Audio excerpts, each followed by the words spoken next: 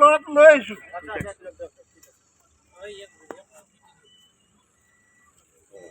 কি কৰিছিলি ছাৰ? কি কৰিছিলি ইয়াত ল'ৰাজনে? ই এজনী 5 বছৰ ছোৱালী নাবালিক ছোৱালী এজনীক ই মানে অলপ বেয়া কৰ্ম কৰিছিল। এতিয়া ল'ৰাটোৰ নামটো জগদীশ কলিতা। ঘৰ কোৱাত চাগে?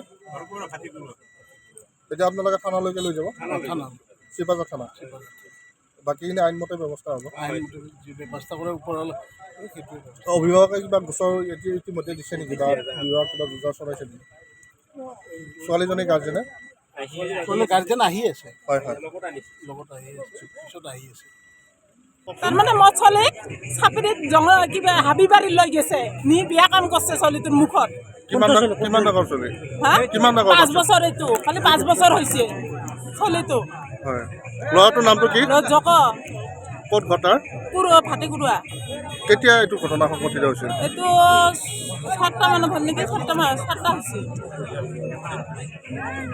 এতিয়া আপুনি থানাত কিবা গোচৰ দিছেনে? গোচৰ দিছোঁ। নাই আজি ক'ত চাব? এই চাপিৰিখনত চাপিৰিখনত সময়টো কিমান মান? 7টা মানত। তুমি তাক দেখিছিলা নে নাই? মই দেখিছোঁ, চলিও আহি গৈছে। কোনোবাই মই দোকান দি আছোঁ।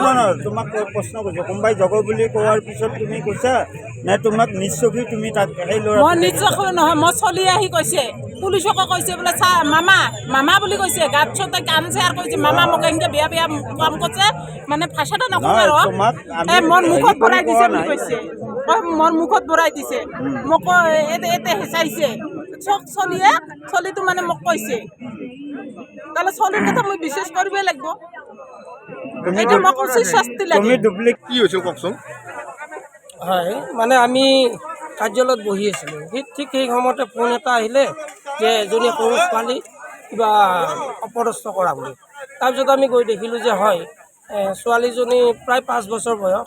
সেই ছোৱালীজনী মাকে বাচ্ছাটো লৈ বহি আছে আৰু মই সুধিলোঁ যে কি হৈছে। তেতিয়া মাকে কৈছে যে এনেকুৱা ছোৱালীজনীক এজন ল'ৰাই, প্ৰায় 20-22 বছৰীয়া ল'ৰা এজনে মানে অপকৰ্ম কৰিছে। যিটো অপকৰ্ম কৰাৰ পৰিপ্ৰেক্ষিতত মাকে ছোৱালীটোক লৈ ব্যাকুল হৈ আছে কান্দোনত। এনে পৰিৱেশত আমি কি কৰিলোঁ, কমিটিৰ স্বেচ্ছাসেৱকখিনি গৈ সেই দুৰ্বৃত্তজনক আমি ধৰি হাতেলতে আমি পুলিচক আৰক্ষীৰ সহায় ল'লোঁ।